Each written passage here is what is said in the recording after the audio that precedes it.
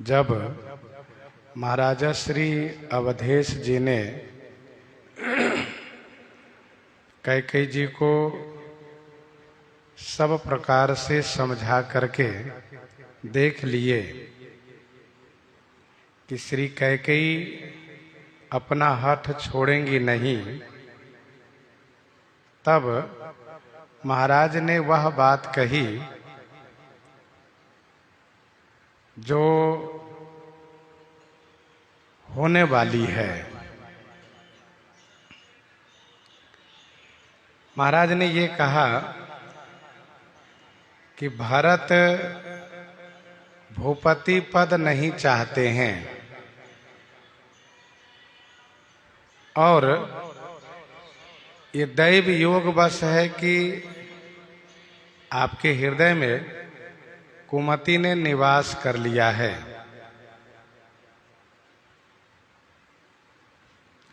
और ये सब कहीं न कहीं मेरे पाप का परिणाम है। लेकिन एक समय वह आएगा कि श्री अयोध्या जी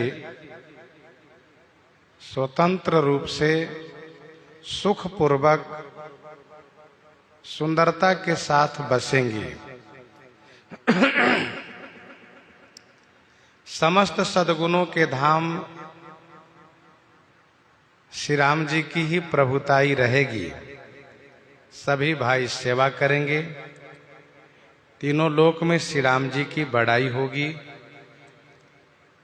तुम्हारा कलंक और मेरा पछतावा मरने के बाद भी कभी भी न तो मिटेगा न जाएगा। अब तुम्हें जो अच्छा लगे वह करो, ऐसा कह करके महाराज श्री कैकेयी जी का परित्याग कर दिए। फिर महाराज कहने लगे कि फिरी पछितै हसी अंत अभागी, मारसी गाई नहारू लागी, मारसी गाई नहारू लागी।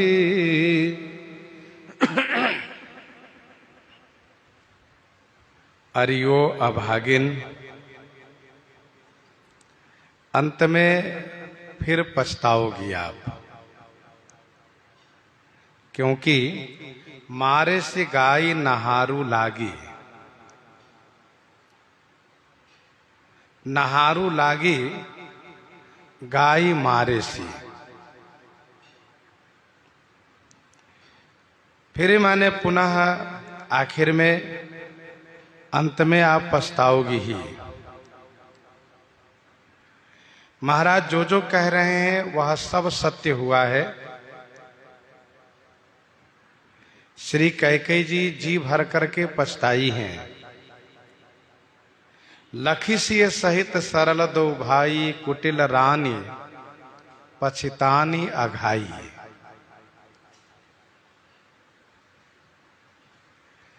महाराज ने कहा कि तुम अभागिन हो क्योंकि श्री राम जी से विरोध तुमने किया है,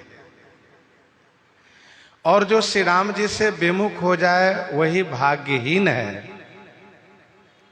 सुनहु उमा ते लोग अभागी, हरि तजी हो ही विषय अनुरागी।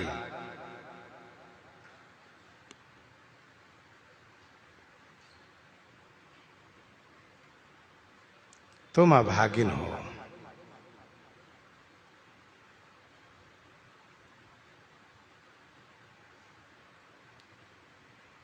क्योंकि तुमने गौ की हत्या की है, गौ को मारा है।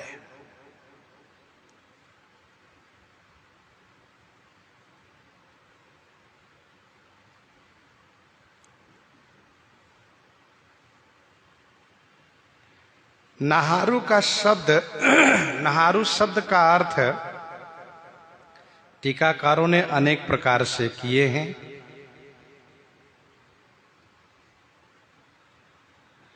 नहारु का एक अर्थ तृण किया गया है, घास।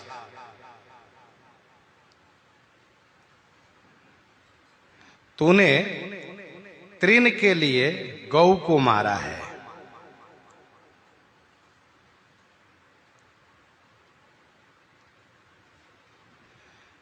राज्य के वास्ते श्री राम जी को घर से निकाला किया है।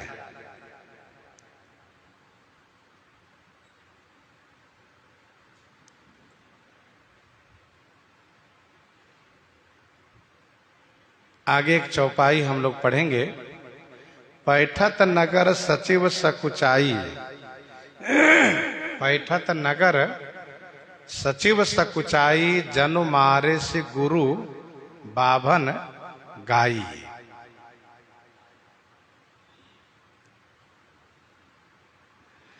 तृण के स्थान में राज्य है। तृण के स्थान में राज्य है। तनतीय तनय धाम धन धरनी, सत्य संध कह तृण सम बरनी।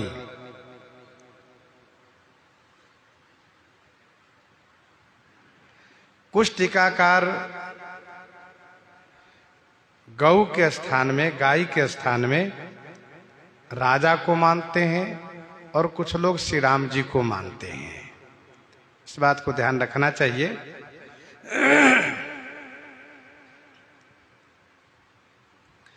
तृण के स्थान में राज्य है। किसान के स्थान में कैकेयी है और खेत के स्थान में श्री भरत है। तो एक अर्थ ये हुआ कि नहारु नाम के तृण के लिए तुमने गौ को मारा है, अर्थात श्री राम जी को घर से निकाल दिया है। दूसरा अर्थ यह है, नाहारु बाघ को कहते हैं। नाहारु व नाहारु ये बाघ को कहते हैं। नहरुआ बाघ के बच्चे को कहते हैं।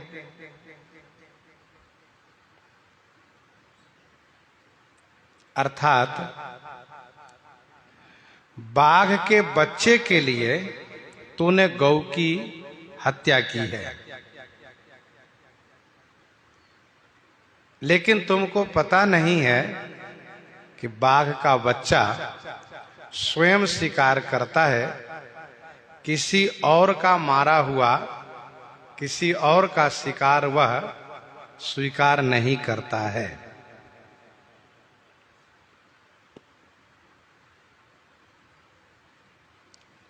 बाघ के बच्चे के स्थान में यहां पर श्री भरत को माना जाएगा।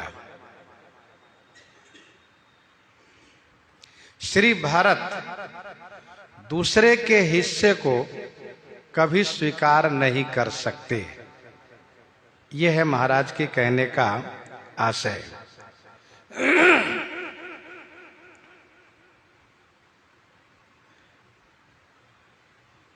गौ के स्थान में यहां पर महाराज अपने आप को कहते हैं। महाराज कहते हैं कि तुम श्री भरत के लिए मुझे मारा है। ये दूसरा अर्थ है। तीसरा अर्थ यह है, नहरुआ रोग होता है। नाहर बाघ के बच्चे को कहते हैं, बाघ को कहते हैं। नहरुआ एक रोग होता है।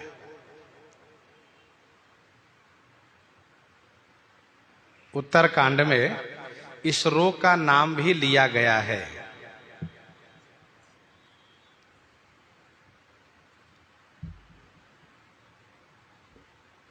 उस रोग के बारे में ऐसा कहा जाता है कि तांत से बांध देने पर वह रोग समाप्त हो जाता है।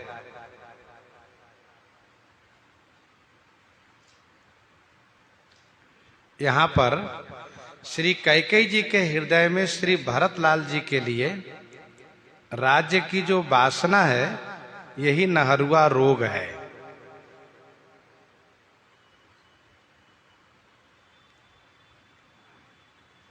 उत्तरकांड में नाम आता है ना, दंभ कपट मदमान नेहरुआ। तो श्री कैकेयी जी के हृदय में जो श्री भरतलाल जी के लिए राज्य की वासना है, यही नहरुआ रोग है। उसके लिए श्री राम जी का राज्य जो गौ स्थान में है, उसको मारा है श्री कैकेयी ने। अर्थात श्री राम जी को वन देना, यही श्री राम जी रूपी गौ को मारना है।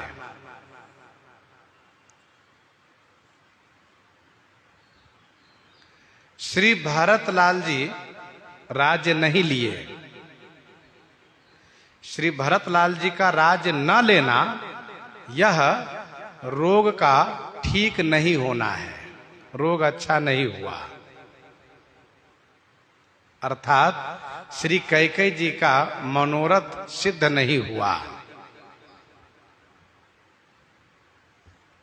तो मारे से गाय नहारू लागी।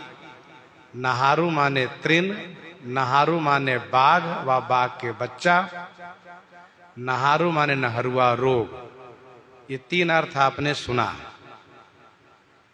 चौथा अर्थ टीकाकारों ने एक और किया है। नाहरू बाज को कहते हैं। नाहरू बाज को कहते हैं। मानो श्री चक्रवर्ती जी कहते हैं कि तुमने बाज के लिए गौ को मारा है, परंतु तुम्हें यह पता नहीं है कि बाज गौ के मांस को नहीं खाता है।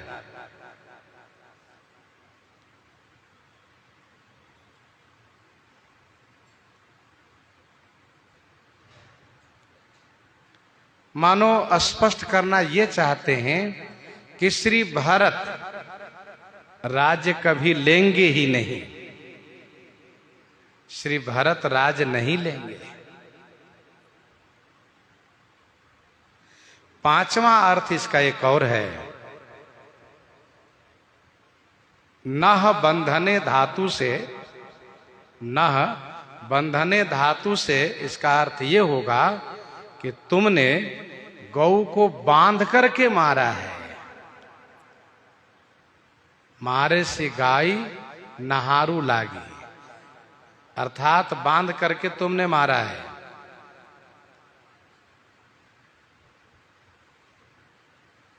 यह कैसे हुआ?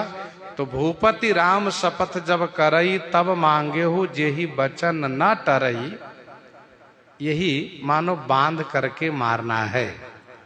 श्री राम जी की शपथ लेने पर तब श्री कैकेयी जी ने श्री राम जी का वनवास मांगा है। छठवां एक और अर्थ है। मारे से गाय नहारू लागी। हारू का अर्थ होता है पीड़ा। तुमने गौ को मारा, तुम्हें पीड़ा नहीं लगी। न हारू लागी, न हारू माने पीड़ा। तुम्हें पीड़ा नहीं हुई गौ को मारने में, अर्थात श्री राम जी को वन देने में तुमको पीड़ा नहीं हुई। ये इसका मतलब है।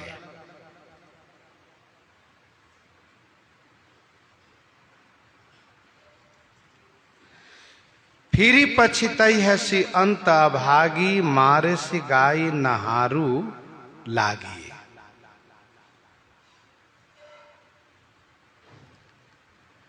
अलग अलग ये आपने 6 प्रकार के अर्थ श्रवण किए। अयोध्या जी के संत महापुरुष लोग नहारू माने बाघ का अर्थ करते हैं, बाघ का बच्चा। इस अर्थ पर विशेष संतों ने जोड़ दिया है। बाकी और अर्थों पर अन्य महापुरुषों ने अपना विचार व्यक्त किए हैं। जो सभी अर्थ आपके सामने प्रस्तुत किए गए। परउ राउ कही कोटि विधि, काहे करसि निदान। कपट सयानिन कहति कछु, जागति मनहु मसान। जागति मनहु मसान। राउ कोटि विधि कही, काहे करस निदान परेउ। कपट सयानी कछु न कहती, मनहु मसान जागति। महाराजा श्री अवधेश जी ने कोटि विधि माने करोड़ों प्रकार से, ये कोटि अनंतवाची शब्द है, अनंत प्रकार से यह कहते हुए कि तुम निदान माने अंत क्यों करती हो, नाश क्यों करती हो, महाराज भूमि पर लौट गए। परउ माने भूमि पर लौट गए। श्री कैकेयी जी कुछ नहीं बोलती है। कपट सयानी न कहती कछु। कपट में सयानी, कपट करने में सयानी माने बुद्धिमती, होशियार। श्री कैकेयी कुछ नहीं कहती हैं। गोस्वामी जी कहते हैं मानो श्मशान जगा रही हैं।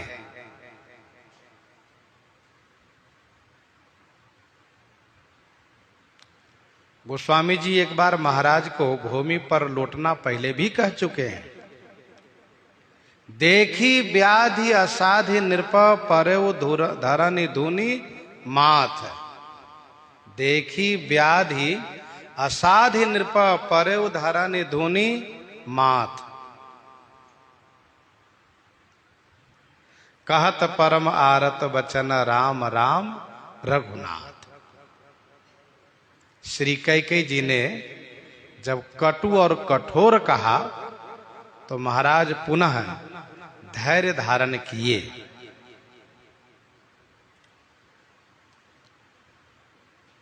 इसके बाद महाराज ने जो कहना चाहा उन सभी बातों को कहा। महाराज ने जो कहना चाहा जिन बातों को, उन सभी बातों को कहा। और कहने के बाद फिर यह कहते हुए, पहली बात तो उनका त्याग कर दिए हैं, फिर यह कहते हुए कि तुम अंत क्यों करती हो, विनाश क्यों करती हो। निदान का अर्थ होता है नाश करना। देहि अग्नि तन करहि निदाना।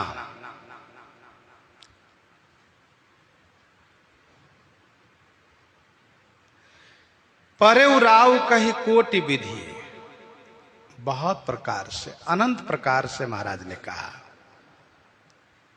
लेकिन श्री कैकेयी पर कोई असर नहीं हुआ। महाराज के कहने का कुछ भी असर नहीं हुआ। कपट में सयानी श्री कैकेयी कुछ नहीं बोल रही है। ऊपर से मानो यह दिखा रही है, ऊपर से मानो यह दिखा रही है, यह कह रही है कि मैं महाराज की आज्ञा को पालन कर रही हूं। महाराज ने मुझसे कहा है कि जब लग जियऊं कहूं कर जोरी, तब लग जनी कछु कहसी बहोरी।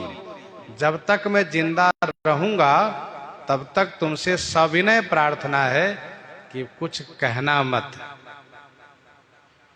लेकिन आंतरिक भाव यह है कि अब तो मेरी बात बन गई, मैं क्यों बोलूं। अब तो श्री राम जी को यहां पर आने तक की देरी है। जैसे श्री राम जी आएंगे वैसे ही मैं उनको यहां से वन के लिए प्रस्थान कर दूंगी, रवाना कर दूंगी। कपट सयानी न कहती कछु जागति मनहु मसान।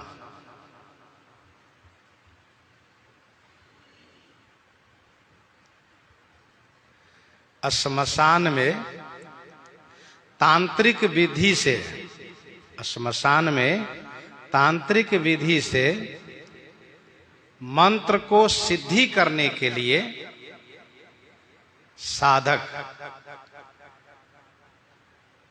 मृतक के खोपड़ी पर बैठ करके,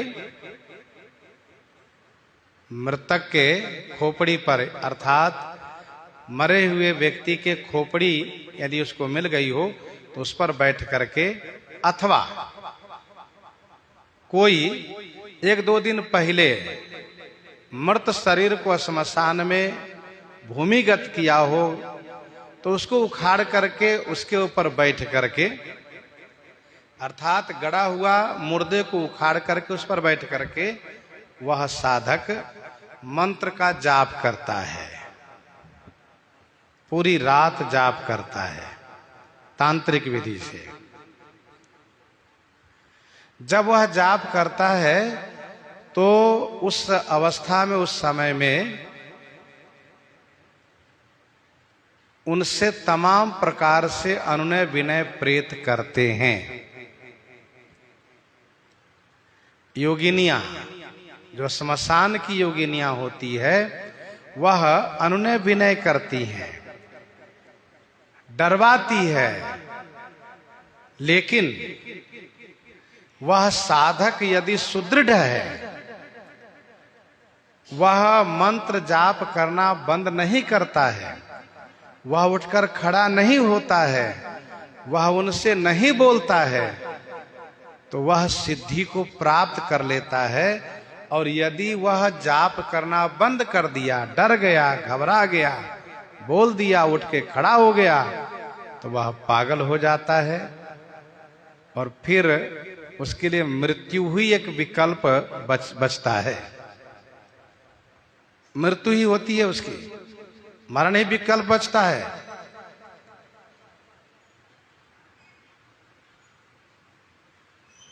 यहां पर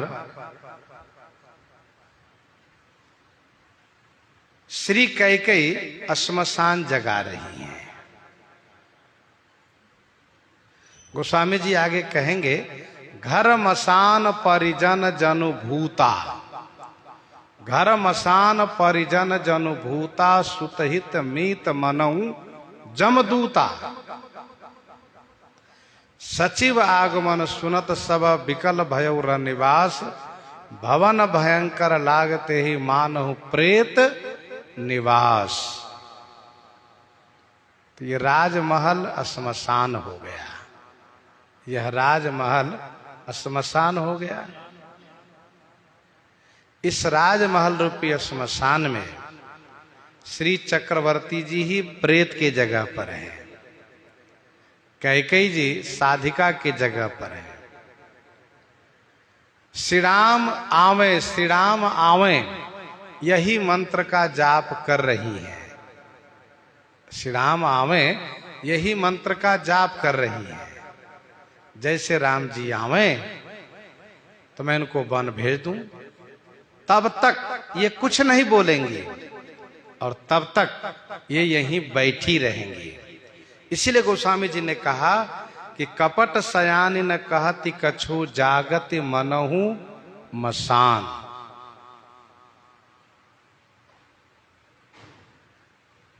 श्री कैकेयी जी सोच रही हैं कि यदि मैं यहां से चली गई, यदि मैं यहां से चली गई तो बहुत संभव है कि महाराज किसी को भेज करके अपने प्रधान सचिव सुमंत्र जी को बुला लेंगे और उनसे सारी बातें कह देंगे कि मंत्री जी, मेरे आने की प्रतीक्षा आप न करते हुए गुरु जी के कर कमलों से श्री राम जी का तिलकोत्सव कार्य संपन्न करा दीजिएगा और वहां घोषित कर दीजिएगा कि महाराज का स्वास्थ्य ठीक नहीं है।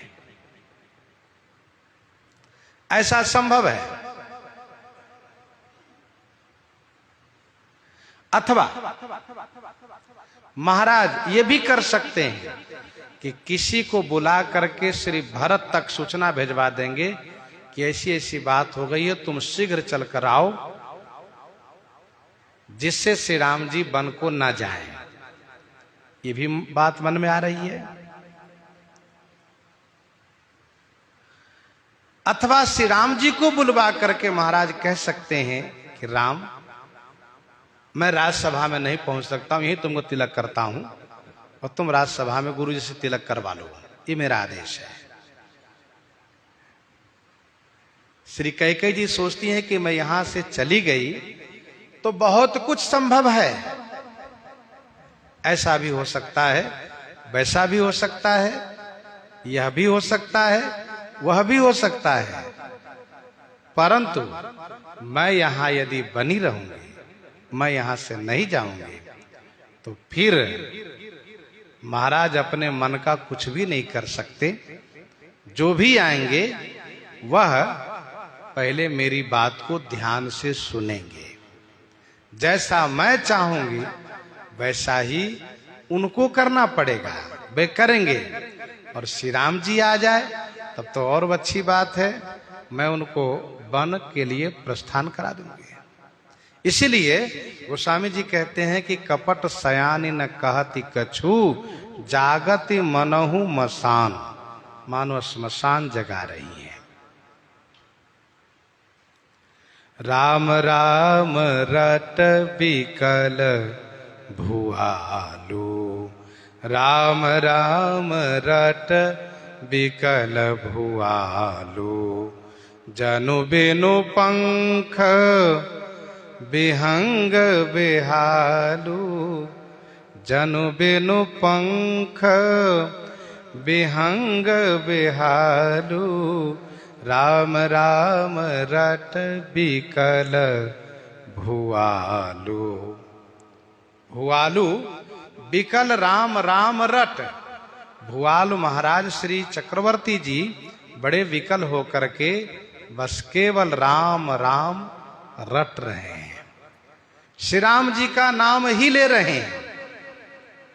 गोस्वामी जी कहते हैं महाराज की वह दशा है, कौन सी दशा? तो जन बिनु पंख बिहंग बेहालू, जनु बिनु पंख बिहंग बेहालू, जनु मानो बिना पंख के, विहंग माने पक्षी, विहाल हो, विह्वल हो, व्याकुल हो। राम राम रट बिकल भुआलू। महाराज बड़े व्याकुल हैं, महाराज की दशा बहुत दैन्य हो गई है। गोस्वामी जी उदाहरण देते हैं, पंखहीन पक्षी जिस प्रकार से व्याकुल हो उसी प्रकार से महाराज व्याकुल हैं। पंख कट जाने के बाद पक्षी की बहुत बुरी दशा होती है। जथा पंख बिनु खग अति दीना,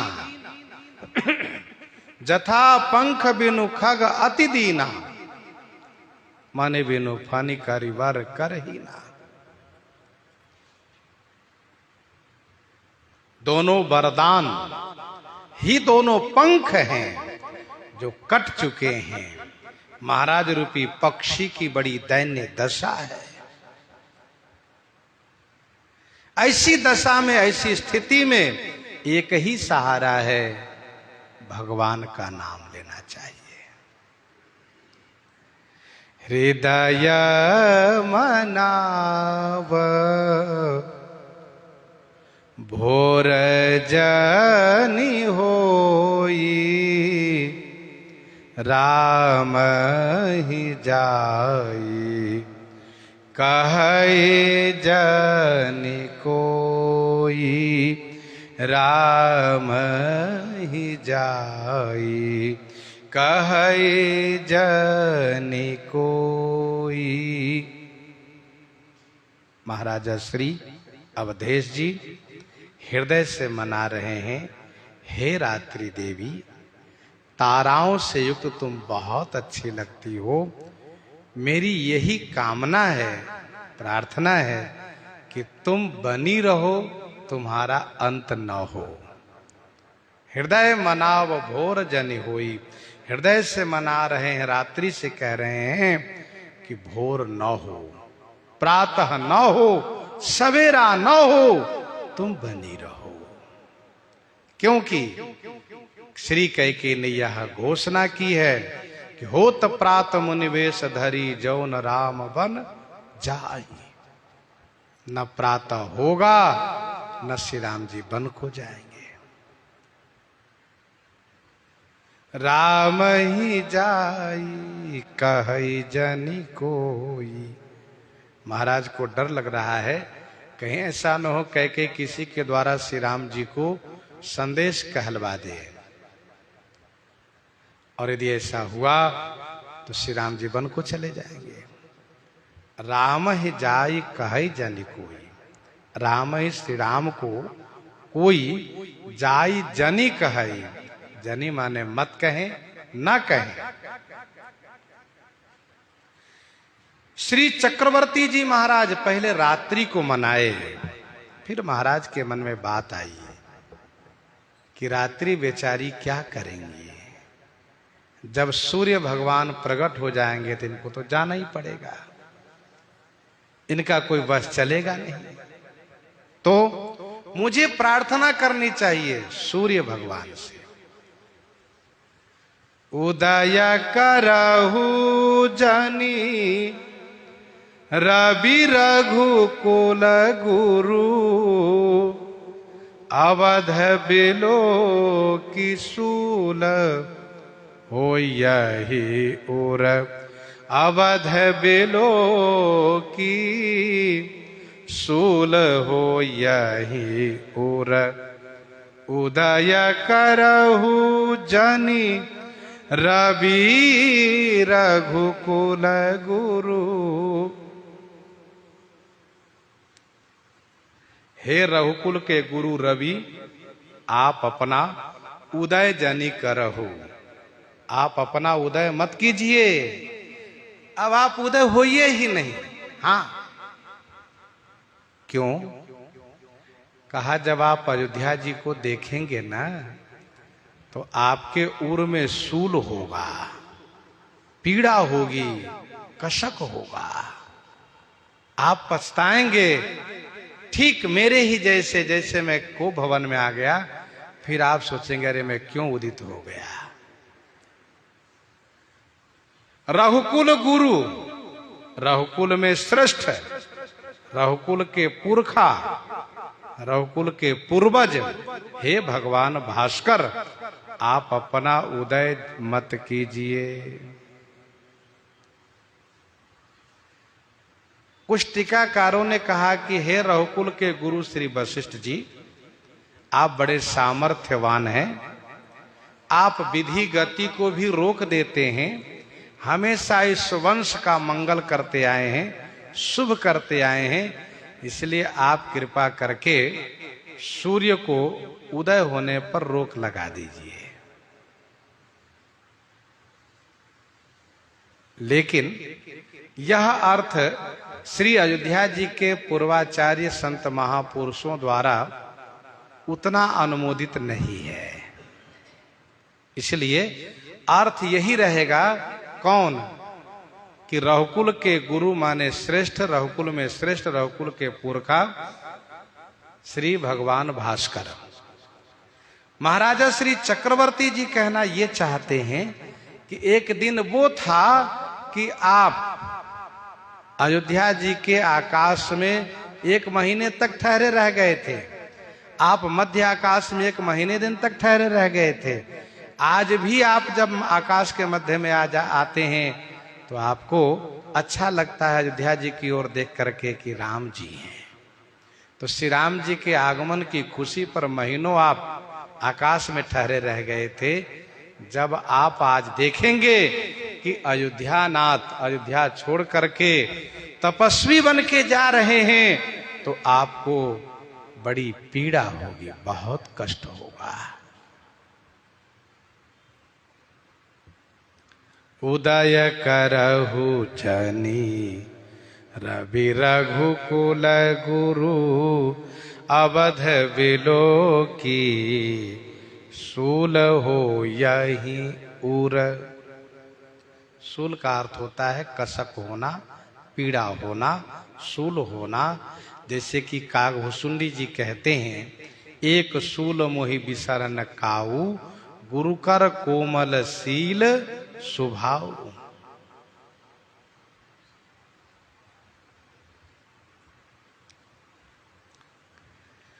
महाराज सूर्य से प्रार्थना कर रहे हैं, आप उदित मत होइए।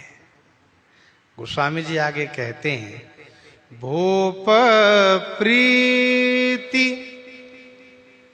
कैकेयी कठिनाई, उभय अवधि विधि रचि बनाई। उभय अवधि विधि रचि बनाई। भूप की प्रीति और श्री कैकेयी की कठिनाई माने कठोरता। महाराजा श्री अवधेश जी की प्रीति और श्री कैकेयी जी की कठोरता, उभय माने दोनों को, अवधि माने पराकाष्ठा रूप में, सीमा रूप में, विधि रची बनाई, ब्रह्मा जी ने बना करके रचा है। महाराज की प्रीति और कैकेयी की कठोरता को श्री ब्रह्मा जी ने अपनी पराकाष्ठा तक, सीमा तक रच करके बनाया है। अर्थात महाराज की प्रीति बनी रह गई और श्री कैकेयी की कठोरता भी बनी रह गई। इसका उपक्रम है, संबंध है उस दोहा से कि साँझ समय सानंद नृप, गयऊ कैकेयी गे, गवन निठुरता निकट किए, जनु धरि देह स्नेह, जनु धरि देह स्नेह। ये उपक्रम है। अब यहाँ पर इति उपसंहार लगा रहे हैं।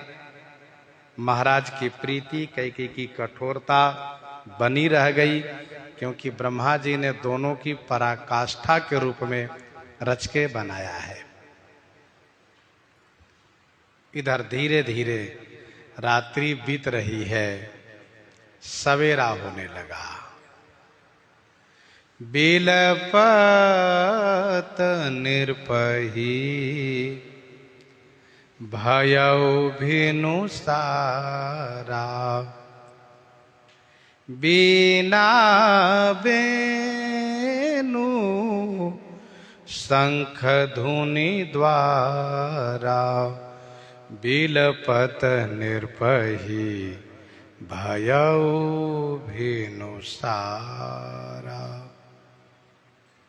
महाराज बिलखते रह गए, विलाप करते रह गए, मनाते रह गए रात्रि को, भगवान भास्कर को। लेकिन भेनुसारा हो गया। भेनुसारा माने प्रातः काल आ गया, ब्रह्म मुहूर्त आ गया, सवेरा होने लगा।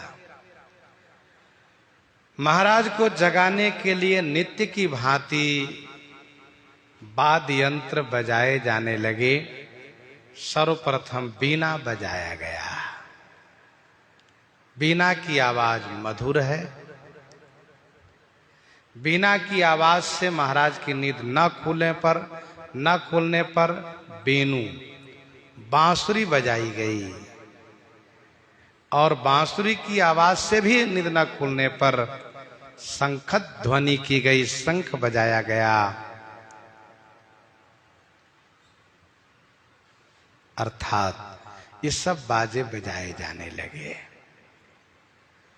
राजा को ब्रह्म मुहूर्त में जगाने के लिए ये सुंदर वाद्य यंत्र बजाए जाते हैं और भाट, मागध सूत द्वारा गुणगान किए जाते हैं, जिससे कि महाराज जब जगे तो महाराज को प्रसन्नता हो, खुशी हो, साथ साथ महाराज को अपने कार्य करने में उत्साह हो, कर्तव्य को पालन करने में उमंग हो। इसीलिए सभी प्रातः काल प्रयोग किए जाते हैं, जैसे कि शुभ वाद्य यंत्र और शुभ मागध बंदी सूत द्वारा मंगलमय गुणगान।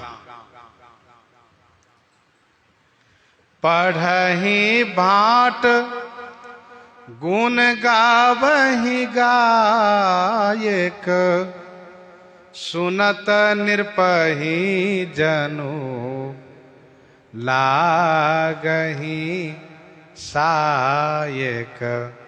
सुनत निरपहि जनु लागहि सायक। पढ़हि भाट गुण गावहि गायक। भाट पढ़ रहे हैं। क्या पढ़ रहे हैं? महाराज के जस कीर्ति को। गायक गवैया लोग गुण गा रहे हैं। मागध सूत बंदी गुण गायक, पावन गुण गावहि रघुनायक। तो गवैया गुण गा रहे हैं, भाट पढ़ रहे हैं। और दिन महाराज को अच्छा लगता था, लेकिन आज सुनते ही महाराज को मानो बाण जैसा लगता है। सुनत निरपहि जनु लागहि सायक। सुनते ही महाराज को मानो बाण जैसे लगते हैं। जैसे बाण के लगने से एकदम से व्याकुलता होती है, वैसे ही महाराज इन गायन को, वाद्य यंत्र द्वारा आवाज को सुन करके बहुत व्याकुल होते। ये क्या बजा रहे हो तुम लोग? क्या गुण गा रहे हो? तुम लोगों को पता नहीं है कि क्या होने वाला था और क्या हो गया है। कवने अवसर का भयो। मंगल सकल सुहाहिन कैसे, सह गामिनी विभूषण जैसे। सहगामिनी विभूषण जैसे। मंगल सकल सुहाहिन कैसे। मंगल सकल सुहाहिन कैसे। सकल मंगल माने समस्त मंगल कैसे ना सुहाहिन, कैसे अच्छे नहीं लग रहे हैं। तो जैसे सहगामिनी ही विभूषण, जैसे मृत पति के साथ सती होने के लिए साथ जाने वाली उस स्त्री को आभूषण अच्छा नहीं लगता है। सहगामिनी ही विभूषण जैसे। समस्त मांगलिक उत्सव, समस्त मांगलिक वाद्य यंत्र, वाद्य यंत्र के द्वारा आवाज, लोगों द्वारा सुंदर कीर्ति गान कुछ नहीं अच्छे लगते हैं। सहगामिनी साथ गमन करने वाली स्त्री को आभूषण अच्छा नहीं लगता है।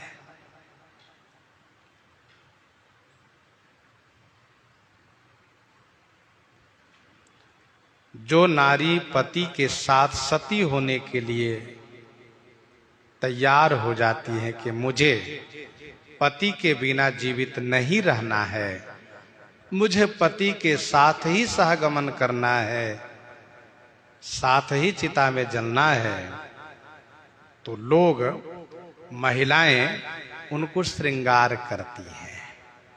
तो उनको श्रृंगार नहीं अच्छा लगता है। क्यों? ये श्रृंगार किसके लिए?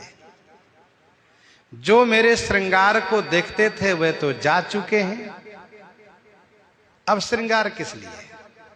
फिर भी अन्य महिलाएं उनको श्रृंगार करती हैं, सजाती हैं कि तुम पति के साथ सहगमन करने जा रही हो।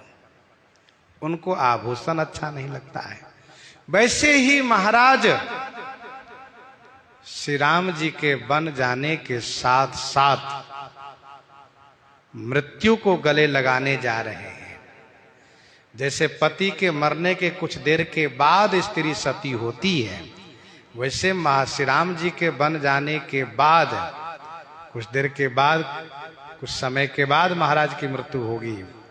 लेकिन जैसे उस स्त्री को आभूषण श्रृंगार अच्छे नहीं लगते, वैसे महाराज को ये मंगल ध्वनि अच्छी नहीं लग रही है। काहे को बाजा बजा रहे हो, काहे को कीर्ति गा रहे हो? जिनके लिए बाजा बजना चाहिए था, जिनके लिए कीर्ति का बखान होना चाहिए था, वे तो बन को जा रहे हैं। फिर काहे का ये मंगल उत्सव?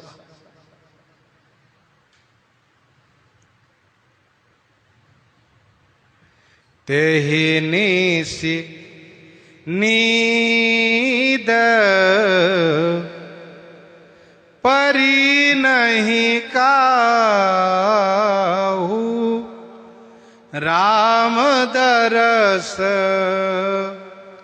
लालसा उछाहू, राम दरस लालसा उछाहू।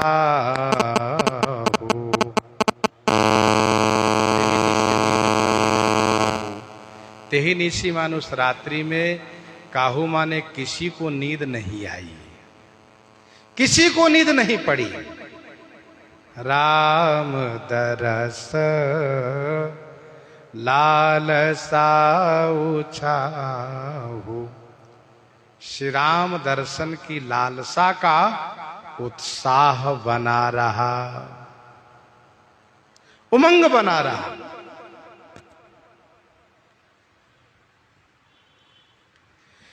तेहि निशि नींद परी नहीं काहू, राम दरस लालसा उछाहू। उस रात को नींद किसी को नहीं आई, न तो प्रजाजनों को नींद आई,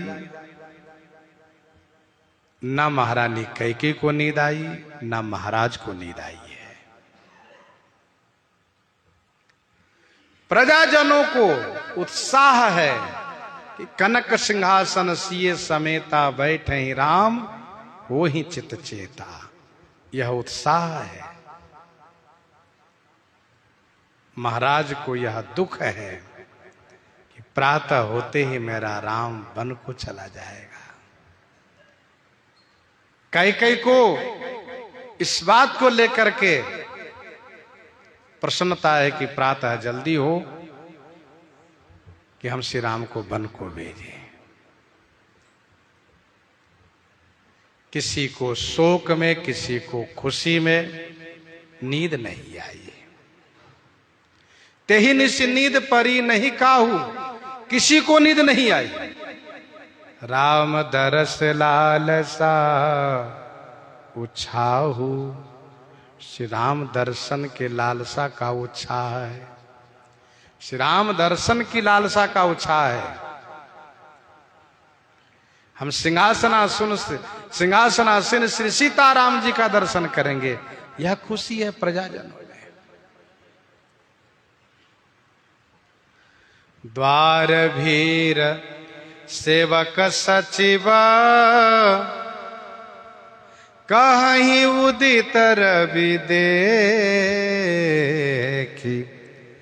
जागेऊ अजहू न अवधपति, कारण कवन विसेखी, कारण कवन विसेखी।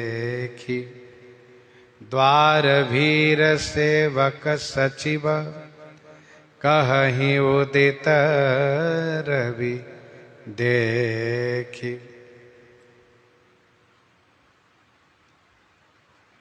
द्वार पर सेवक सचिव की भीड़ हो गई है।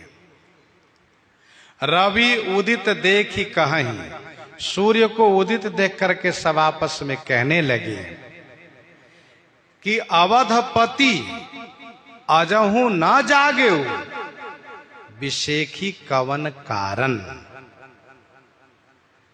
प्रातः होते ही, सवेरा होते ही सेवक और सचिव द्वार पर उपस्थित हो गए हैं। सेवक सेवा करने के लिए, मंत्री मंत्रणा देने के लिए, लेकिन मंत्री की मंत्रणा, सेवक की सेवा तब क्रियान्वित होगी जब श्री चक्रवर्ती जी आदेश करेंगे।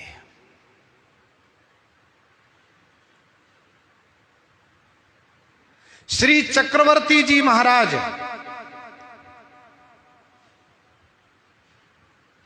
अभी तक नहीं जगे। सूर्य निकल आए, अभी तक नहीं आए महाराज। आज तो महाराज को और जल्दी आना चाहिए था, नहीं आए, क्या बात है। हो सकता है तैयारी में लगे हो, कुछ कर रहे हो।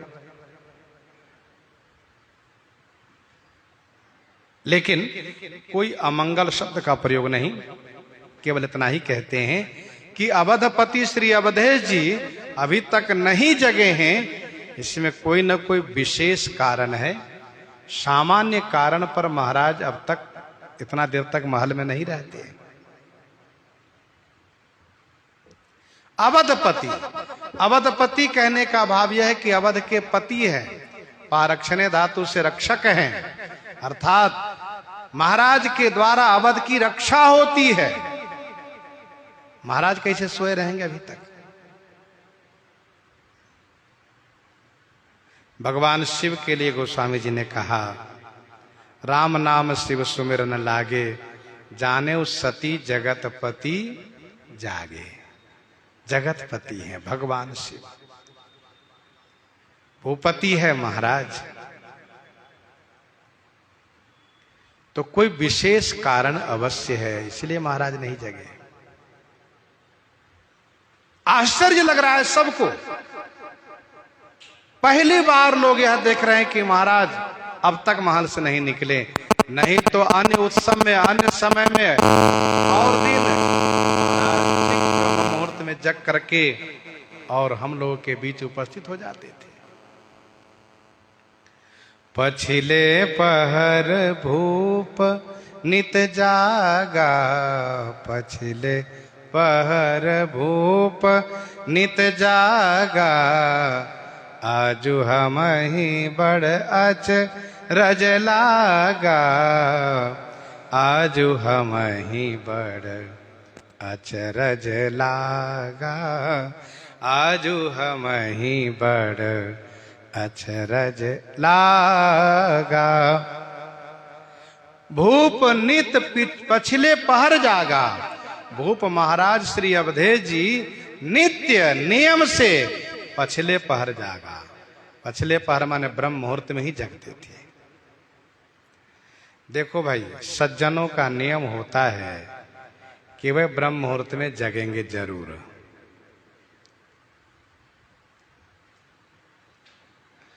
पछले पहर अर्थात चौथे पहर में 3 बजे के बाद अवश्य जग जाएंगे।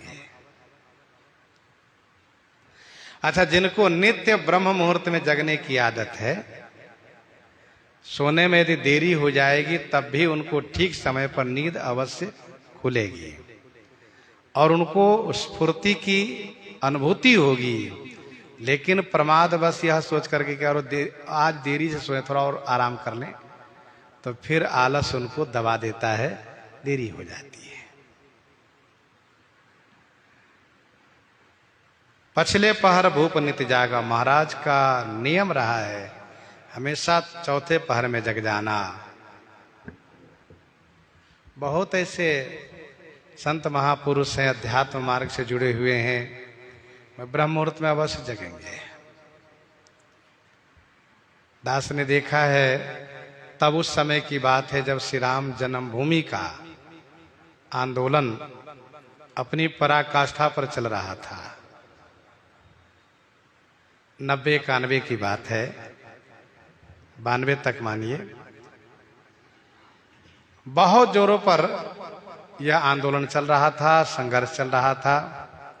उस समय में छावनी के पूज्य महाराजा श्री उपाध्यक्ष पद पर थे श्री राम जन्मभूमि ट्रस्ट के। तो उस समय तमाम बवाल होने के नाते कभी कभी 12 बजे, कभी कभी 1 बजे महाराज जी सोने जाते थे।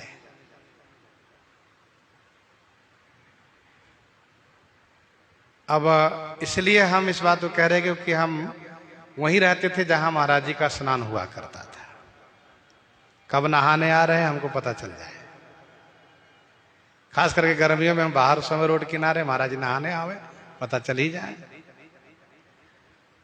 इसके बाद भी ठीक 4 बजा कि खड़ाओं की आवाज शुरू हो जाती रही, महाराज जी चले आ रहे हैं। तो नित्य जगते थे और वे अपने सेवकों को आदेश कर रखे थे कि भाई मुझे जगा देना। जग जाते थे। उनका बड़ा विलक्षण नियम रहा है साधु शाही रहनी में। तब उस समय में वे भी अपने गुरुजनों की आज्ञा को पालन करने में, वो आंदोलन भी चलता था, इतना बड़ा संघर्ष। इसके बाद भी उसी समय में सरयू जी नहाने पैदल जाना और पैदल ही आना, ये सब चलता था उस समय। तो कहने का यहाँ अभिप्राय ये था कि महापुरुष लोग अपने जीवन की चर्या से लोगों को शिक्षा देते हैं। महाजनो येन गतः स पंथः। श्री चक्रवर्ती जी महाराज, अब कोई कहे कि देखो राजा है, राजकुमार है, सोने दो, सोते रहे, सो नहीं। श्री चक्रवर्ती जी महाराज पछले पहर भूप नित जागा। अच्छा, जो जितने बड़े पद पर होते हैं उनको उतनी बड़ी जिम्मेदारी होती है। प्रमाद वे करते हैं जिनको जिम्मेदारी नहीं होती है। जिनको जिम्मेदारी है वे प्रमाद नहीं कर सकते। श्री चक्रवर्ती जी नित्य पछले पहर जगते थे, चौथे पहर में। आज हम ही बड़ा गए महाराज के। आज भारी आश्चर्य हो रहा है, इतना देर तक सूर्य भगवान यहां तक आ गए, महाराज का दर्शन नहीं हुआ। जाहू सुमंत्र जगावहु जाई। जाहू सुमंत्र जगावहु जाई। कीजिए काज रजायसु पाई। कीजिए काज रजायसु पाई। जाहु सुमंत्र जगावहु जाई। सुमंत्र जाइए और जाकर जगाइए। राजाए सुपाई, राज आज्ञा प्राप्त करके हम लोग आगे का काम करें। श्रीमद् वाल्मीकि रामायण में गुरु वशिष्ठ जी महाराज सुमंत्र जी को भेज रहे हैं। मानस जी में गोस्वामी जी ने कहा सेवक सचिव सब द्वार पर उपस्थित हैं, सभी ने मिलकर के इनको भेजा है। यह कह करके हे सुमंत्र आप जाइए और जाकर के जगाइए। और ऐसी कोई बात हो नहीं बाहर आ सकते अभी, तो वहीं से आज्ञा करें, आज्ञा लेकर आइए, फिर हम लोग आगे की सेवा करें, कार्य करें। कीजिए काज रजाए सुपाई। महाराज के अंतःपुर तक केवल सुमंत्र जी ही जा सकते हैं। महाराज के रनिवास में, महल में केवल सुमंत्र जी को जाने का आदेश है। महाराज ने सबसे कह रखा है, ये हमारे वृद्ध मंत्री वर्य सुमंत्र को कभी भी अंदर आने से मना नहीं किया जाना चाहिए। हम चाहे जिस अवस्था में, जिस कार्य में जहां भी हो, सुमंत्र जी को सब जगह आने का मेरा आदेश है। तो सुमंत्र जी के बारे में सबको मालूम है कि सुमंत्र जी जा सकते हैं अंदर महल तक, रनिवास में। वैसे महाराज के 8 मंत्री हैं। दृष्टिर्जयंतो विजयः,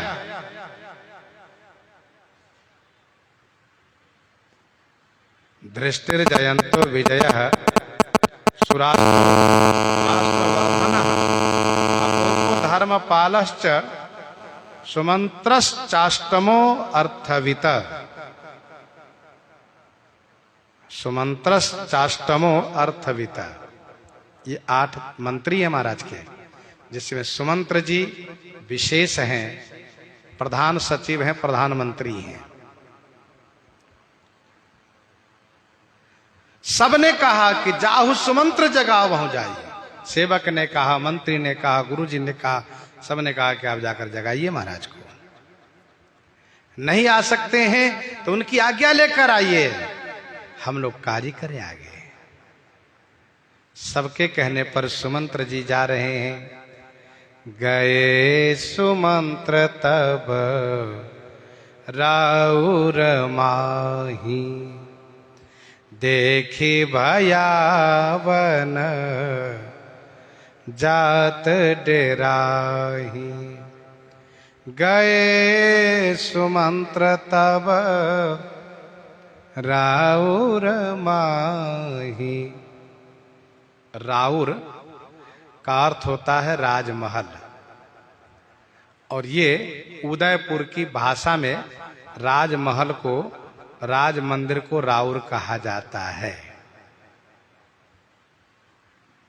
राउर माने राजमहल। राउर नगर कोलाहल होई,